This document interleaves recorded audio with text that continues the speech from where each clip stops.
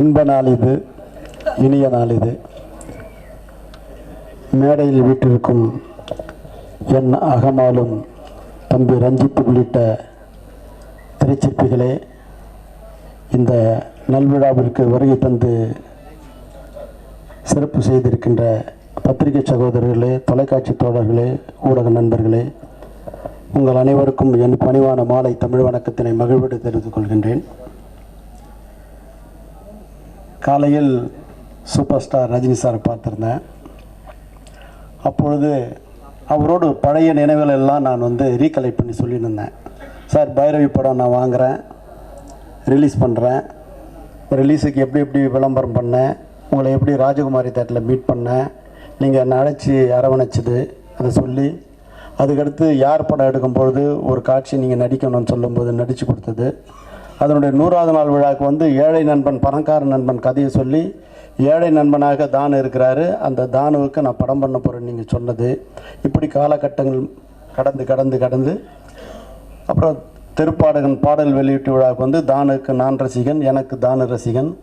அவர் எந்த நேரத்தில் எனக்கு சூப்பர் ஸ்டார் என்று பெயர் வைத்தாரோ தெரியவில்லை. இன்று வரை உங்கள் முன் சூப்பர் ஸ்டாராக நின்று கொண்டிருக்கிறேன். ஆக நானும் அவரும் ஒரு படம் பண்ண போகிறோம் என்று சொன்னீர்கள். இப்படி பலமுறை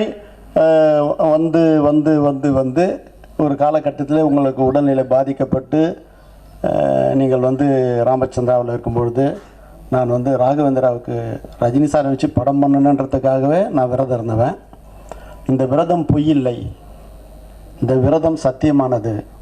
கண்டிப்பாக அவர் மீண்டு வருவார், எனக்கு ஒரு படம் பண்ணுவார் அப்படின்னு நான் அந்த மெய்யுருக நினைத்தேன். அது பிரகாரம் வந்தார். இந்த படத்துக்கு திடீர்னு ஒரு நாள் என்னை அழைச்சி நிறைய தடவை பேசுவோம், ஒவ்வொரு படங்களாம் சொல்லுவார். அது சில இடத்துல சார் அது தெலுங்கு விற்றுட்டாங்க சார், அதனால் எனக்கு அது சரி வராது சார் அப்படின்னு நான் சொல்லி, உங்களுக்கு தனியாக தெலுங்கில் ஒரு பெரிய மார்க்கெட் இது, எதுக்கு சார் நம்ம விடுவானா, 25 30 கோடி விட்டுருவானா அப்படின்வேன். அதுக்கப்புறம் இந்த திடீர்னு ஒரு நாள் கூப்பிட்டு நம்ம ஒரு படம் பண்ணலாம் தானே, இது சரியான நேரம் அப்படின்னாரு. ரொம்ப சந்தோஷம் சார்ண்ணே. அப்புறம் 2-3 இயக்குனரோடு ட்ராவல் ஆகி கடைசியில் சௌந்தர்யா மெட்ராஸ் டைரக்டர், அட்டகத்தி டைரக்டர் ரஞ்சித் எப்படி சார் நல்லா இருக்கும் சார், ரொம்ப இன்டர்வெல்லாம் பார்த்துட்டு அடுத்த செகண்டாக பார்க்கறதுக்கே எனக்கு கொஞ்சம் ஃபீலிங் இருந்தது சார், என்ன ஆக போகுது இந்த அன்பு கேரக்டர், இந்த தினேஷ் கேரக்டர்ன்ற மாதிரி இருந்தது. அதனால் எனக்கு சங்கடமாக இருந்தது சார். அப்படி ஒரு உணர்வுபூர்வமாக 2வது பகுதி பார்க்கக்கூடாத அளவுக்கு எனக்கு சென்டிமெண்ட்டில் இழுத்து போட்டது சார். நம்ம பண்ணலாம் சார் அப்படின்னு அவர் சொன்ன லைன் ரொம்ப நல்லா இருந்ததுன்னு நீங்கள் ஒரு தடவை கேட்டுட்டுனாரு. தம்பி வர வச்சு நான் கதை கேட்கல, சாரே சொல்லிட்டாரு, நீ ஃபுல் ஸ்கிரிப்ட் பண்ணுன்னு தைரியம் கொடுத்து அனுப்பிச்சேன். அதுக்கப்புறம் ஒரு மாதம் 45 நாள் கழிச்சு ரஜினி சார் நான் தம்பி உட்காந்து கதை கேட்குறோம். அந்த கதை சொல்லி முடிஞ்சவொன்னே நான் எழுந்து நின்று கிளாப்ஸ் பண்ணேன். ரஜினி சார் எழுந்து அப்படி அரவணைச்சார். அவ்வளோ அழகான லாகவமாக உணர்வுபூர்வமாக ஒரு 2 மணி நேரம் நரேஷன் கொடுத்த அந்த திருப்தி. அதுக்கடுத்து நான் இது சம்பந்தமாக எதுலேயுமே தலையிடலை. எல்லாத்தையும் என்னுடைய மகன் பரந்தாமன் ரொம்ப நல்லா பார்த்துக்கினாரு, மாப்பிள்ளை பார்த்துக்கினாரு. ஸோ இப்படிப்பட்ட காலகட்டத்தில் இந்த படத்தை பயணித்துவது, அதாவது ஒரு உச்சத்தை தொடக்கூடிய ஒரு சூழல் இந்த படத்தில் இருக்குதுன்றது மாத்திரம் எனக்கு ஆணித்தரமாக இருந்தது. அது சாரோட பயணிக்கும்போது அவருக்கு கிட்டத்தட்ட 24 மணி நேரம் உழைக்கிற மாதிரி, காலையில் 7 மணிக்கு வந்தவர் விடிகால 4 மணிக்கு போகிறார். சார் என்ன சார் ஹெல்த் என்ன சார், இல்லை ரொம்ப இன்ட்ரெஸ்டிங்காக பண்ணுறாங்க தானே, அதில் விட்டுடு அப்படியே போகலான்னாரு. ஸோ இந்த தலையை கோதிங்கன்னு வர இடத்துல பார்த்தா என் சன்னு சொன்னார், ரஞ்சி சொன்னார், ரொம்ப ஃபீவர், அவர் பண்ணக்கூடாதுன்ற ஒரு சூழ்நிலை டாக்டர் சொல்லி கூட மீறி பண்ண அந்த நிகழ்வுகள்லாம் மறக்க முடியாத ஒரு நிகழ்வுகள். இந்த படம் முடிஞ்சு நானும் அவரை சேர்ந்து பார்க்கணும், எனக்கு நிறைய ஒர்க் இருந்தது தொட்டு நீங்கள் பார்த்துருங்க சார்னு சொன்னேன். அவர் வீட்டில் எடுத்து போய் போட்டு காமிச்ச பிறகு படம் பார்த்துட்டு நைட்டு எனக்கு கூப்பிட்றாரு, அப்படி புகழ்ந்தார். தானே உனக்கும் எனக்கும் நட்பு எத்தனை வருஷம், கிட்டத்தட்ட 36 வருஷம் ஆகிடுச்சு சார்.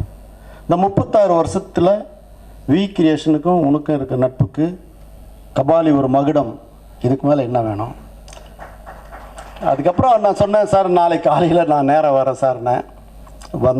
பார்த்தேன் தானே இது பாட்ஷான்னுவாங்க, இது தளபதியும் நாயகனும் கலந்த ஒரு கலவை அப்படின்னாரு. ரெண்டும் சேர்ந்தா எப்படி இருக்குமோ அப்படி இருக்கும். ரஞ்சித் கிரேட் அப்படின்னாரு. சார் எப்படி இருந்தது, எப்படி உங்களுக்கு அப்படி இருக்கு, எப்படி அப்படி இருக்கு, இது உண்மை, இது பொய்யில்லை, இது மெய், இது சத்தியம், இது உணர்வுபூர்வமாக சொல்கிறேன் அப்படி சொன்னார். உடனே ரஞ்சித்துக்கு நான் வெளில வந்து இப்படிலாம் சொன்னார்ப்பா அப்படின்னு சொன்னேன். இப்படி அவரை வச்சுன்னு நிறைய பேசணுன்னு இருக்கிறேன். அது வெற்றி விழாவில் பேசணுன்ற ஒரே எண்ணத்தில் இருக்கேன். திடீர்னு நடுப்புற ஒரு தடவை அவர் ஆடியோ ஃபங்க்ஷன் வச்சு ரொம்ப நல்லா பண்ணணுன்னும் போது இல்லை ரசிகர்லாம் நிறைய பேர் வந்து அவங்களுக்கு சங்கடத்தை கொடுத்துருக்கோம், அது வேணாம் அப்படின்ட்டாரு. அதனால் அதையும் தள்ளி வச்சேன். சரி வெற்றி விழாவை வச்சு நல்லா பண்ணோன்னா பின்னாடி பண்ணலாம், இப்போ வேணாம் காலைல போயிட்டு அவர்கிட்ட பேசின்னு இருக்கும்போது ஷோ வந்து படம் பார்க்கணுன்னாரு. நான் உங்கள்கிட்ட அந்த சப்ஜெக்ட் சொல்லலை. படம் பார்க்கணுன்னொன்னே எனக்கு ரொம்ப தூக்கி வாரி போட்டுது. அவரே ஃபோன் பண்ணி ஷோ வந்து படம் பார்க்கணுன்றாரு. ஏன்னா எந்திரன் பண்ணி படம் பாருன்னு சொல்கிறோம், டைம் இல்லைன்னாரு. சிவாஜி படம் பண்ண பிறகு அதை நீங்கள் பாருன்னு கூப்பிட்றோம், டைம் இல்லைன்னாரு. அவரே ஃபோன் பண்ணியோ நான் கபாலி பார்க்கணும் ரஜினி அப்படின்றாரு. உடனே பண்ணோம். படம் பார்த்துட்டு வீட்டுக்கு போயிட்டு அப்படி பெருமையாக பேச, நீ வாழ்ந்துருக்கிற, நீ கபாலியாக வாழ்ந்துருக்கிறன்னாரு. ரொம்ப உச்சம், இது ரொம்ப பிரமாதமாக இருக்குன்னாரு. இப்படி அதாவது இது ஒரு கட்டத்தில் இருக்கும்போது வசூலாது. இப்போ தான் முனிக்கண்ணையா சார்கிட்ட பேசிட்டு வந்தேன். சார் நேற்று வரல என்ன சார் எழுதிங்க சார், 6 கோடி, 6 நாளில் 6 கோடி, 7வது நாள் வரப்போது 7 கோடி. சென்னை மாநகரில் மட்டும் 7 கோடி வசூல் செய்து 100ஆண்டு விழா, 100 ஆண்டுகள் கடந்த ஒரு வருடத்தில் கபாலி தான் உச்சத்தினுடைய வசூல்னு சொல்கிறார். இது எவ்வளோ பெரிய மெய்சிலுக்க வேண்டிய சமாச்சாரம். அங்கிங்கனாபரி ஏதாவது வெளிநாட்டிலலாம் பார்த்தீங்கன்னா பிச்சு உதறுது, வசூல் மழை கொட்டினது. நார்த் இந்தியா போனால் இதெல்லாம் பெரிய பெரிய நடிகர்லாம் ட்வீட் பண்ணியிருக்காங்க, இது என்ன இது இவ்வளோ பெரிய மிராக்கலாக இருக்குதுன்னு. இன்றைக்கி ஒருத்தர் சொல்கிறாரு, ஷாருக் கான் வந்து ஒரு பெரிய டீமே வச்சு சொன்னார். என்னையா நம்மலாம் இருக்கிறோம், இவ்வளோ இது இருக்குது, ஒரு வந்து இந்த மாதிரி தட்டிட்டு போயிட்டாங்களே பப்ளிசிட்டியில், இது இனிமேல் பட்டு என்ன பண்ண முடியும் அப்படின்னு இந்து பத்திரிகையிலேருந்து தம்பி பிரதீப் வந்து என்கிட்ட சொல்லும்போது நாம் அடைந்த மகிழ்வுக்கு அளவே இல்லை, எல்லை இல்லை. இது உச்சத்தை தொடக்கூடிய சமாச்சாரம். அதாவது இன்றைக்கி வரும்போது இப்போ பண்ணல, பத்திரிக்கை நண்பர் ஒருத்தர் வந்தார். அண்ணே கொஞ்சம் வாங்கன்னாரு, இட்டு போனார். அண்ணே நான் வரும்போது ராக்கி தேட்டர் தாண்டி வந்தேனே, என்னண்ணே இன்றைக்கி வியாழக்கிழமை என்ன க்ரௌடு, காரு பயங்கரமாக இருக்குதுன்னாரு. இந்த பக்கம் வந்து ஒருத்தர் வந்து செல்ஃபோனில் காமிக்கிறார். இது பாருங்க உள்ளகரம் குமரன் தேட்டரில் என்ன க்ரௌடு, புதன்கிழமை நேற்று எங்கள் ஒய்ஃபு அதை எல்லோரும் பார்க்கணுன்னு பார்க்க போனால் டிக்கெட்டே இல்லை. இப்படி நிறைவான வரவுகள் வசூல்கள் கொட்டி குவிச்சுக்கின்னு இருக்கும் பொழுது அங்கங்கே ஏதாவது ஒரு சின்ன அதாவது ஒரு சின்ன ஓடும் நதியில் ஒரு கல் போட்ட ஒரு சின்ன ஒரு பிசிறு வரணும், அந்த மாதிரி அங்கங்கே சில தேவையில்லாத விமர்சனங்கள்லாம் வரதெல்லாம் நாங்கள் பொருட்படுத்துறதே இல்லை. எங்களுடைய பயணம் சீரான செப்பனிட்ட பயணம். அந்த பயணத்தில் எங்களுடைய அதாவது எல்லையை மீண்டு திரும்பியும் தொடக்கூடிய அளவுக்கு நான் அதிகமாக வந்து இயக்குநர்கள் வந்து ரொம்ப நேசிக்கிறது எஸ்பி முத்துராமன் சார். அதுக்கடுத்து முகத்துலலாம் நிறைய பேருக்கு இப்போ பேசியிருக்கேன். ரஞ்சித்தை கூப்பிட்டு இன்னொரு படம் எனக்கு பண்ணுன்னு சொல்லியிருக்கேன்.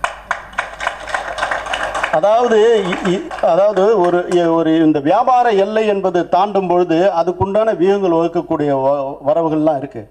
ஆனால் இது அந்த வியூகத்தில் அந்த கதை களத்துக்குள்ளவே வாழக்கூடிய ஒரு இது. எத்தனை அந்த டீமை சார்கிட்ட சொன்னேன். சார் நான் வந்து சந்தோஷ் சிவனை சொல்லட்டுமா சார், ஏஆர் ரஹ்மான் சொல்லட்டுமா, அந்த டீம் அப்படியே பண்ணிட்டு இருந்தாங்க. அந்த டீம் மேலே ரஜினி சார் கொடுத்த ஒரு பெரிய நம்பிக்கை, ரஞ்சித் கொடுத்த நம்பிக்கை, ஒவ்வொருத்தர் பன்மணி திரள், அதாவது கதாபாத்திரங்கள் ஒன்றும் பன்மணி திரள் போட்டால் நன்மணி பொறுக்கலான்னா அத்தனையும் நன்மணியாக இருக்குது, பன்மணிகள் எல்லாம் நன்மணிகளாக இருக்குது. சந்தோஷ் நாராயணனை பற்றி சொல்லணும்னா அவருக்கு ஒரு அழகான ஒரு துணையார், அருமையான ஒரு குழந்தை, என்ன அன்பு, என்ன பாசம், விருந்தோம்பல், இப்படிப்பட்ட ஒரு கலை குடும்பம், கலை களஞ்சியமாக இருக்குது. அத்தனை பேர் ஒவ்வொருத்தரும் சொல்லி சொல்லி சொல்லி மகிழலாம். ராமலிங்கத்திலேருந்து கேமரா தம்பி முரளியிலேருந்து எல்லாருமே அதாவது பன்மணி திரள் என்று சொல்கிறக்கூடிய அளவுக்கு நெகிழத்தக்க அளவுக்கு மகிழத்தக்க அளவுக்கு ரொம்ப ஒரு பெரிய ஒரு கூட்டு குடும்பமாக இருக்குது. இந்த படத்துக்கு பெருந்துணை வகித்த என்னுடைய மகன் பரந்தாமன். ஏன்னா நான் இங்கே தான் இருந்தேன். ஏன்னா அசோசியேஷன் பிரச்சனை இருக்கிற பிரச்சனைலாம் பார்க்கும்போது மலேசியா, தாய்லாந்து, எங்கெங்கே கோவா 2 பக்கம் 2 ஷூட்டிங் நடக்கும். 2த்தையும் பார்த்து ரொம்ப அழகாக பரிமளித்து ஒரு அழகான கம்பெனிக்கு ஒரு நல்ல பேர் பெற்று தந்ததுக்கும் இந்த பங்கு கொண்ட அத்தனை கலைஞர்களுக்கும் உதாரணமாக நான் எத்தனையோ வருஷமாக உங்களோட பத்திரிகைகளோட நண்பர்களை நான் பத்திரிகையாளர் பார்க்காத என் கூட பிறந்த சகோதரர்களாக தான் பார்க்குறேன். ஒவ்வொரு குடும்பத்துக்கும் நான் ஒரு சகோதரனாக தான் அவங்களுக்கு இருப்பேன், உற்ற நண்பனாக இருப்பேன். ஆகவே இந்த வளரும் கலைஞர்களை நீங்கள் நல்ல உச்சி முகந்து ஆராதித்து அவங்கள ரத்தன கம்பளம் விட்டு வரவேற்று நீங்கள் அழைத்து செல்ல வேண்டும் உங்களிடம் ஒப்படைக்கிறேன். எதிர்காலத்திலே மிக உயரிய படைப்பாக இது. ஏன்னா இது சினிமாவை வளர்க்குற குடும்பம், இந்த சினிமாவை தழைக்க வைக்கிற குடும்பம். ஒரு தயாரிப்பாளர் வாழ்ந்தால் இன்னொரு 10 படம் எடுக்கலாம். அதுக்கு உத்தரவாதம் உள்ள ஒரு டீம்.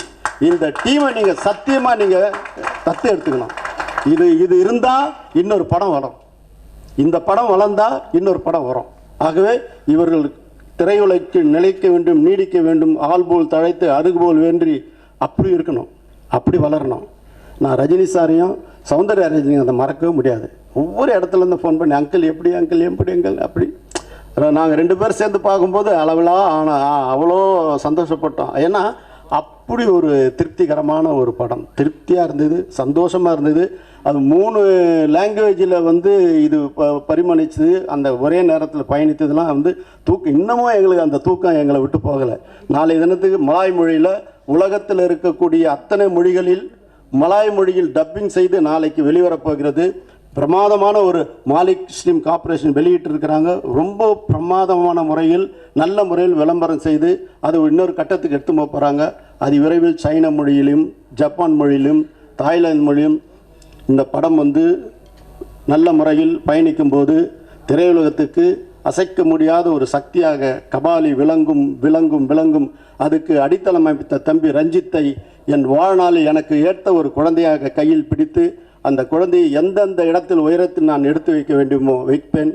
கண்டிப்பாக ரஜினி சாரை எங்கள் வாழ்நாளில் மறக்கவே முடியாது, மறுக்க முடியாது. நல்ல விஷயங்கள்லாம் சொல்லணும்னு இருக்கிறேன். அவர் வாயால் சொல்லுவார். ஆகவே இந்த விழா என்பது இது விழா தான். இது வெற்றி விழா, இது சாதனை விழா, சகாப்த விழா.